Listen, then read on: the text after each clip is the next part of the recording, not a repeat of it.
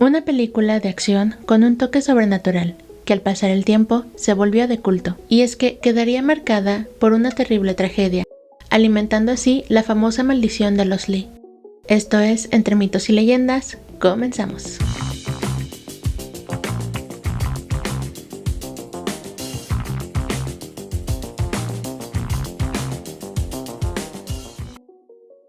El Cuervo es una película del género acción, fantasía, oscura, estrenada en 1994.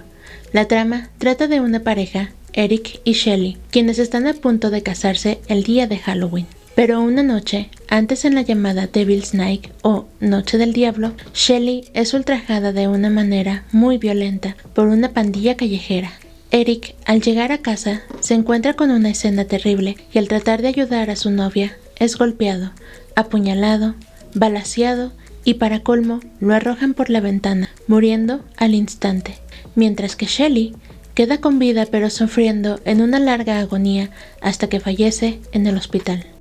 Un año después, Eric regresa de la muerte siendo guiado por un cuervo sobrenatural, un cuervo que le da poder para así encontrar a los tipos que acabaron con la vida de Shelley y cobrar venganza. El Cuervo nace desde una trágica historia basada en la vida real, pues el creador, James O'Barr, quedó destrozado al saber de la muerte de su prometida Beverly, quien fue atropellada y muriendo casi al instante por un conductor ebrio antes de casarse. Así que James, sumergido en una profunda depresión, y para poder sacar su dolor, empezó a escribir El Cuervo. Pasé por todos los típicos casilleros de quien tiene que lidiar con una angustia, como el abuso de sustancias o salir de fiesta todas las noches intentando mantenerme sedado durante todo el tiempo que me fuera posible. Eventualmente, tuve la suerte de entender que ese era un callejón sin salida, y ahí pensé que quizás volcando algo al papel podía llegar a exorcizar toda mi furia. Pero hubo una siguiente tragedia que terminó por inspirar a James, y fue el asesinato de una joven pareja, quienes murieron a manos de un delincuente por un anillo de compromiso de $30. Pensé que era algo absurdo.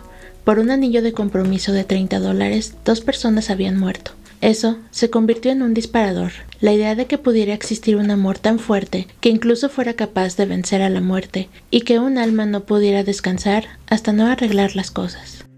La serie de cómics fue publicada en 1989, y aunque O'Barr estaba muy lejos de especular con ver su obra traducida al cine, no pasó demasiado tiempo, pues el guionista, John Shirley, y los productores, Jeff Moss y Edward Pressman, le ofrecieron llevar al personaje a la pantalla grande. Sin embargo, al principio, se pensaba en que sería un musical y este sería interpretado por Michael Jackson, pero evidentemente a O'Barr no le agradó la idea, pues no era lo que representaba el cuervo, dejando en claro que era ridículo.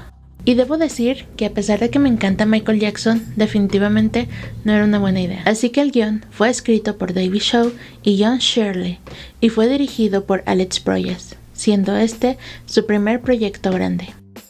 Alex al principio quería filmar la película en blanco y negro, como en la historieta, y solo darle color a las escenas donde Eric recordaba a su novia, pero la producción no se lo permitió, aunque creo que le hubiera dado un toque un poco más underground. Aún así, se filmó en tonos monocromáticos y oscuros, lo cual no está tan mal, y al contrario, le da ese toque gótico. Otra curiosidad es que también James O'Barr hizo un pequeño cameo, siendo una de las personas, uno de los chicos que roban una televisión, y pues por ahí sale corriendo con la tele. Otra cosa que me encanta de la película es la escena en donde Eric entra a la tienda de empeño mencionando una frase del poema El Cuervo, escrito por Edgar Allan Poe. De repente escuché un golpe, como si alguien llamara con delicadeza a mi puerta.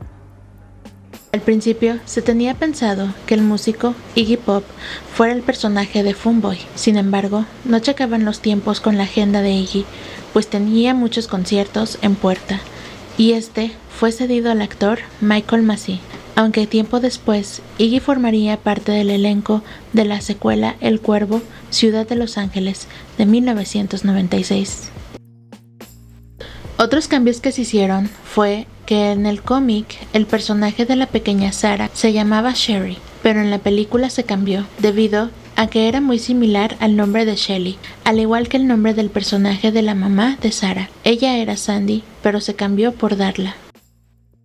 El presupuesto original de la película era de $18 millones, una cifra que, bueno, para nosotros es bastante grande, pero para esta cinta era un poco pequeña la cifra, debido a que, bueno, era una historia que demandaba grandes efectos especiales.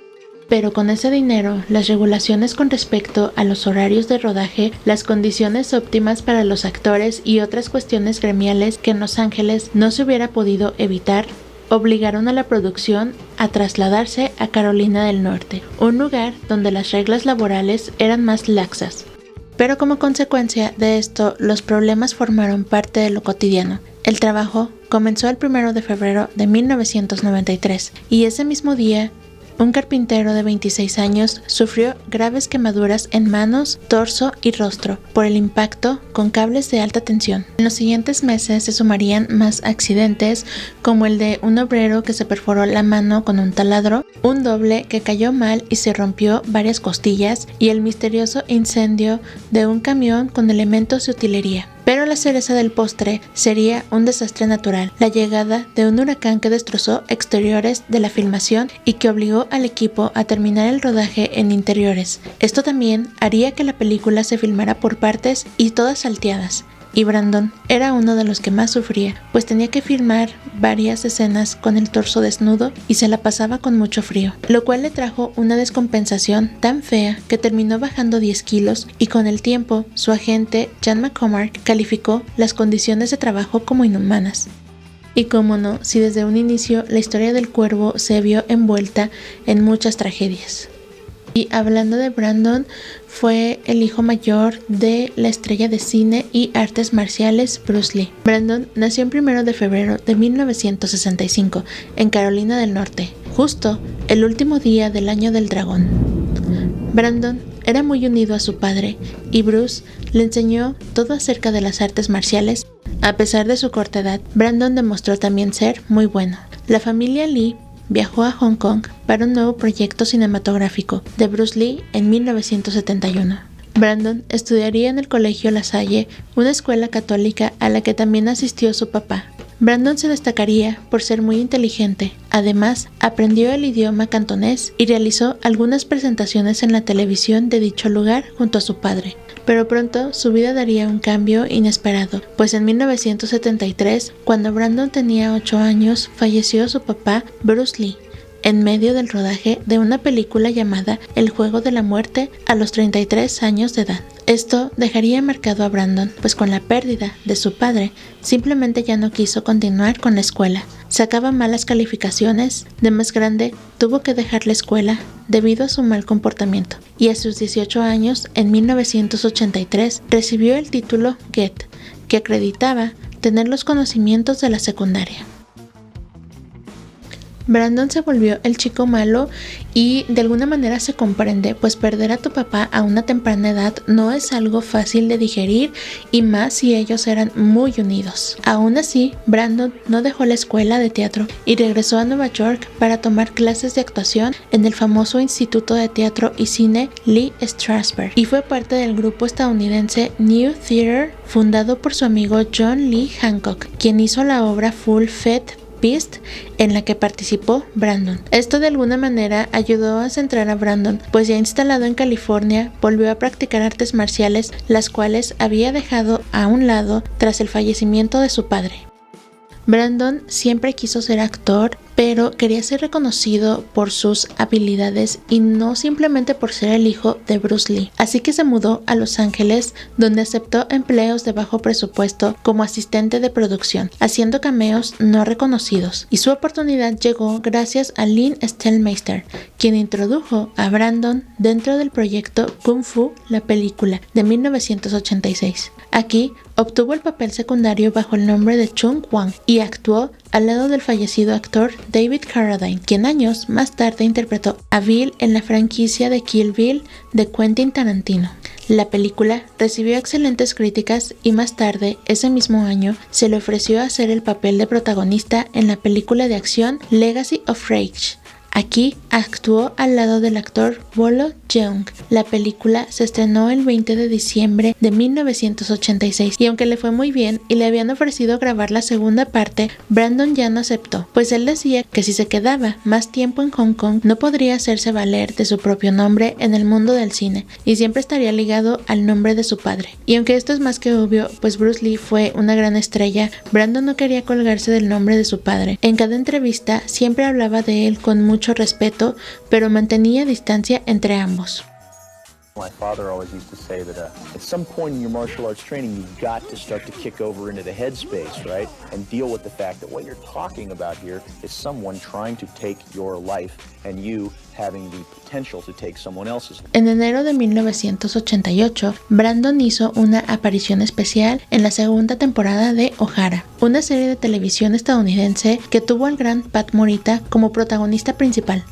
Aquí apareció interpretando un personaje malvado llamado Kenji. En el verano de ese mismo año, Brandon obtuvo el papel de Michael Gold en la película de acción y espionaje Laser Mission. En 1991 protagonizó junto con el actor Dolph Lundgren la película de acción Showdown in Little Tokyo, con la cual logró su debut e incursión en el cine estadounidense. En dicha película dio vida a Johnny Murata, un agente de policía que junto con su compañero el sargento Chris Kenner tratará de desarmar una red de tráfico de drogas comandada por el yakuza Feneki Yoshida. Su actuación en este filme de acción logró impresionar a los productores de diversas compañías cinematográficas y le ofrecen firmar un contrato como protagonista de 3 películas con la 20th Century Fox. La primera película que hace para esta compañía sería Rapid Fire, en la que interpreta a Jake Lowe, personaje principal de la película. El guión de este thriller de acción fue escrito teniendo en mente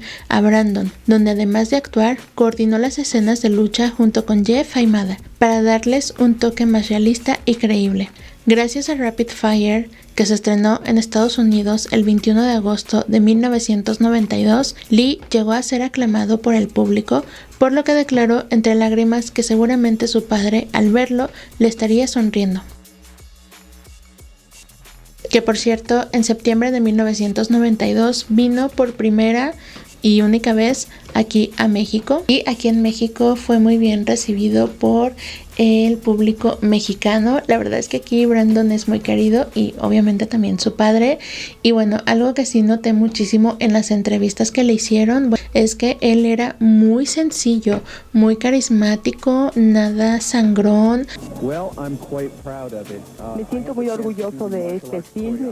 Tuve oportunidad de hacer la coreografía de artes marciales. Tengo una gran cantidad de orgullo de ser hijo de mi padre. Realmente creo que si él hubiera vivido más tiempo, él hubiera tenido oportunidad de hacer tantas cosas maravillosas y quizás muchas personas no entienden lo que él hubiera podido hacer. Es algo de lo que estoy orgulloso.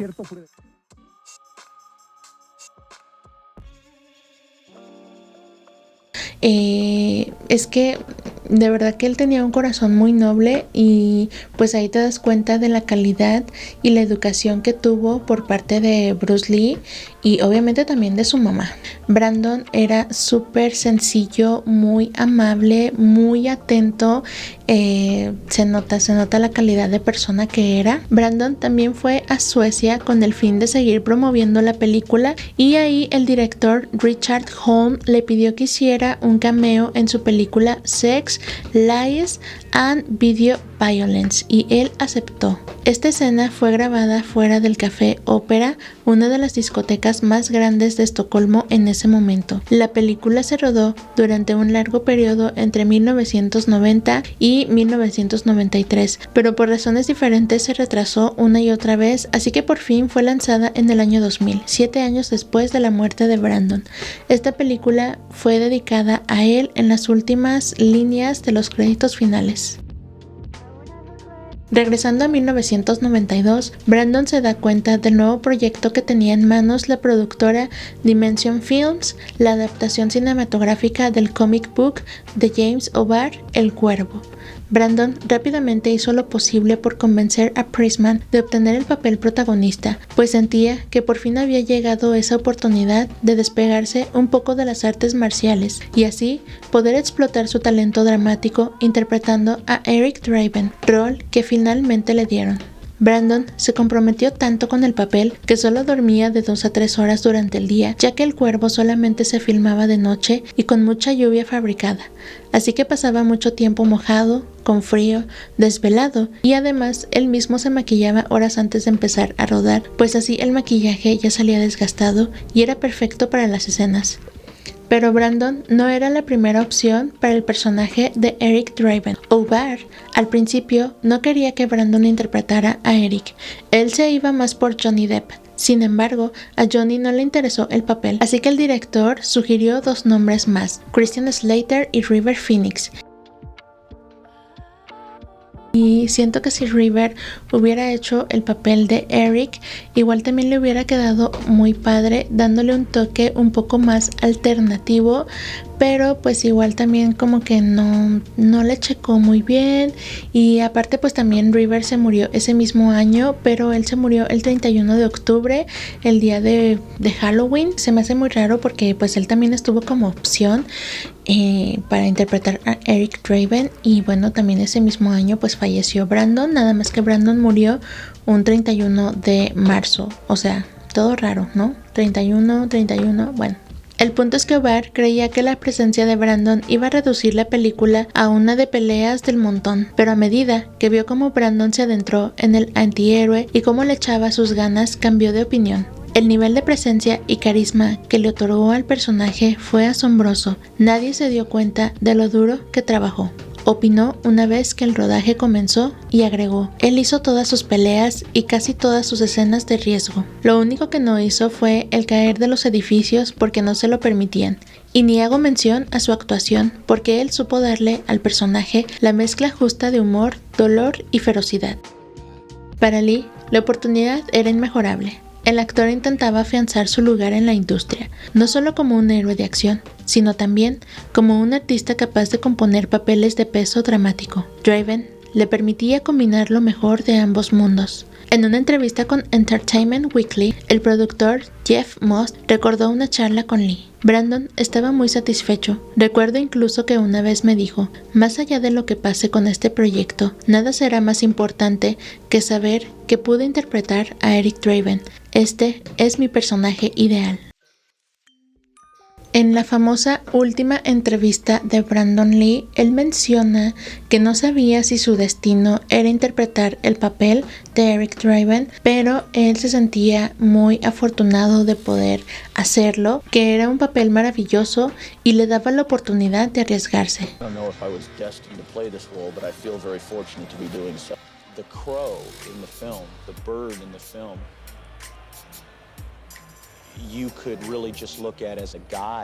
Realmente él estaba muy emocionado, pero también siento que a la vez ya sabía sobre su destino final. Solo faltaban 3 días de rodaje, cuando el 31 de marzo de 1993, Lee recibió un disparo que terminó con su vida. Alrededor de su muerte hubo muchos mitos y leyendas, pero el paso del tiempo permitió saber con exactitud cómo fue el accidente. Esa noche se había dispuesto la filmación de la escena en la que el actor entraba en su casa para ser asesinado por un grupo de delincuentes. Proyas eligió que el responsable del disparo fuera Funboy, interpretado por Michael Massee. La escena debía ser de la siguiente manera. Eric entraba a su casa con una canasta de compras a la altura de su pecho. Los villanos lo veían y Funboy lo mataba de un tiro. Dentro de la bolsa se encontraba la ampolleta que tenía que explotar para simular la sangre del personaje. El equipo comienza a filmar según lo planeado. Massee dispara el arma de fogueo. Brandon cae y Proyas grita: "corten".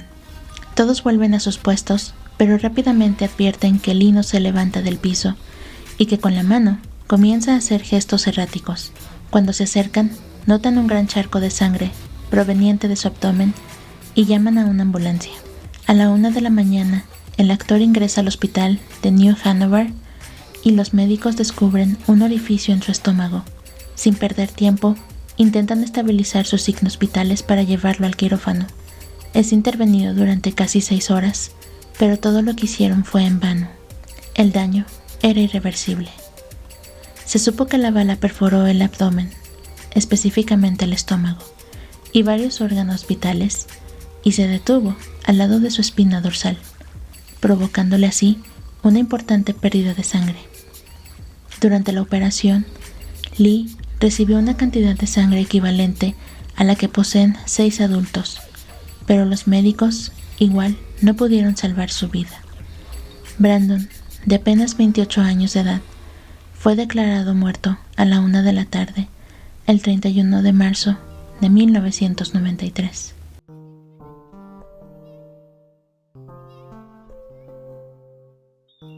El metraje de la toma fatal fue utilizado como evidencia en la investigación y más tarde fue quemado personalmente por el director Alex Proyas. El cadáver de Lee fue llevado a Jacksonville, Carolina del Norte, donde se realizó la autopsia. Posteriormente fue trasladado en avión a Seattle, Washington, donde se realizó un funeral privado para el 3 de abril de 1993, en donde asistieron amigos, familiares, así como su novia Eliza Horan, junto con sus padres. Lee fue enterrado junto a su padre Bruce Lee en el cementerio Lakeview de Capitol Hill, Seattle, en Washington, en una parcela que Linda Lee Cadwell había reservado originalmente para sí misma. La gran pregunta fue cómo un disparo de fogueo terminó en una tragedia. El punto de origen del problema fue que debido a los ajustados tiempos de rodaje, cuando se acabaron las balas falsas y de fogueo, el equipo técnico decidió fabricar ambas de forma casera, sin los controles pertinentes. 2 semanas antes de la muerte del actor, se utilizaron por primera vez esas balas falsas para filmar un disparo desde un plano cercano. A diferencia de las de fogueo, las balas falsas resultaban más realistas cuando la cámara tomaba en detalle la punta de la pistola. En ese momento, nadie lo supo, pero luego de ese disparo, un fragmento del plomo de esas balas quedó alojado en el revólver. De hecho, el plomo está prohibido en la fabricación de esas municiones justamente por este motivo. Aquí se produce otro error. Ningún especialista certificó que el arma quedara debidamente vacía. A la hora de filmar la escena del homicidio de Draven, a Massey le dan el mismo revólver que se había usado con la bala falsa y que tenía en su interior ese resto de plomo. Cuando llega el momento de abrir fuego y el actor dispara contra Brandon, la munición de fogueo empuja y lanza también la mencionada punta de plomo que había quedado atorada en el arma. De esa forma, la víctima recibe el impacto de un proyectil en su estómago. Esta tragedia afectó enormemente a todo el equipo, dando por hecho cancelado el proyecto y agregándose a la lista de películas malditas de la historia del cine. Pero esta decisión cambió, pues en una sensación de deberle el proyecto a Brandon, porque él había entregado su alma a este papel, Miramax apoyó con $8 millones más, para así poder continuar con el proyecto, y ahora el desafío mayor era terminar las escenas digitalmente con el rostro de Brandon, agregado en el cuerpo de Chad Stahelski, terminando las 4 escenas que le permitieron darle el cierre a la película. Chad comenzó a actuar como doble de riesgo a los 24 años. Los 90s fue una década en la que participó en distintos proyectos de bajo perfil, pero su fortuna cambiaría al ser llamado para reemplazar a Brandon Lee. Y aunque es muy triste lo que pasó con Brandon, sin esta tragedia no tendríamos la genial saga de Matrix, John Wick, entre otras filmografías. Y es que Chad Stahelski con los años se volvió director y en algunas escenas de riesgo también reemplazaba a Keanu Reeves tanto en Matrix como en John Wick. Y por cierto, Chad no está de acuerdo con el nuevo remake que se está haciendo del Cuervo y no lo culpo, yo tampoco estoy de acuerdo. Creo que preferiría reeleccionar otra vez a Jason Momoa, que estuvo a punto de hacer el remake también por allá del 2016, pero la gente se atacó, la gente no lo quiso. Pero a diferencia de Bill Skarsgård, Jason Momoa sí escuchó las críticas, sí escuchó pues a la gente que se quejó de que él no sería un buen cuervo, y pues por eso canceló, y el proyecto pues así se fue alargando hasta que pues de alguna manera pusieron a Bill Skarsgård, disculpen si no sé pronunciar bien su apellido, y él es un buen actor, no vamos a negar eso, pero definitivamente el cuervo que se está haciendo ahorita, el remake, no sé chicos, parece un cuervo drogado. Ay no sé. No le veo esa furia, esa entrega de Brandon, o sea, definitivamente. Y obviamente no vamos a estar comparando a Brandon con Bill, definitivamente nada que ver, pero es que yo creo que si se hacen este tipo de remakes deberían de tomar en cuenta de hacer algo muchísimo mejor o parecido a la calidad de lo que nos entregó el cuervo de Brandon. Y pues obviamente esto no funciona, y a mí en lo parecer no me está llamando la atención. No sé ustedes qué opinen, pero pues bueno, es solamente mi opinión.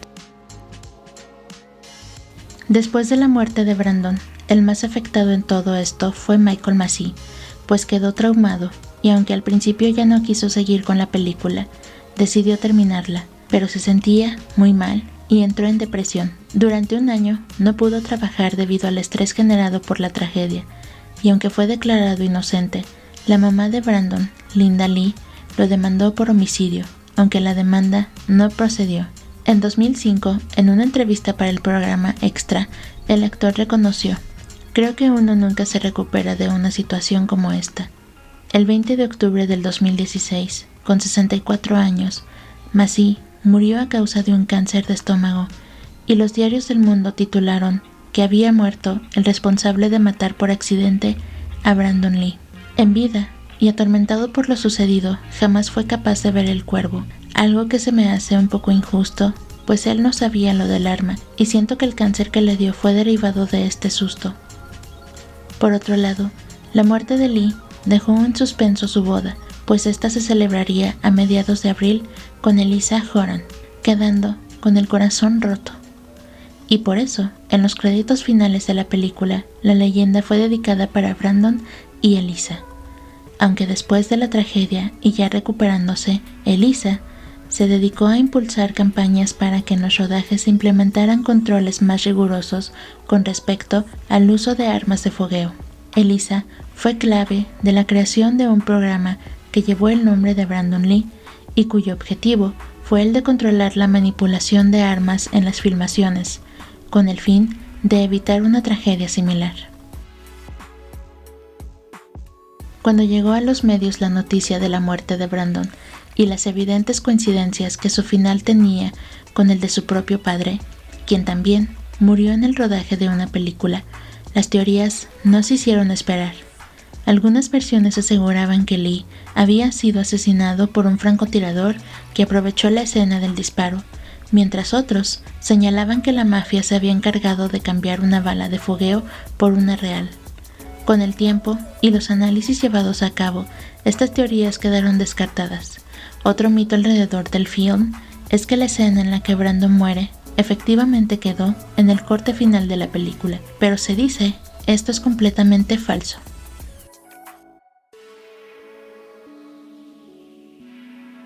Y otra cosa que sí debo reconocer es el buen trabajo que hicieron con la edición del rostro en el cuerpo de Chad. Se lucieron. Al día de hoy los efectos especiales se han vuelto muy carentes. No sé, como que en vez de avanzar a algo mejor,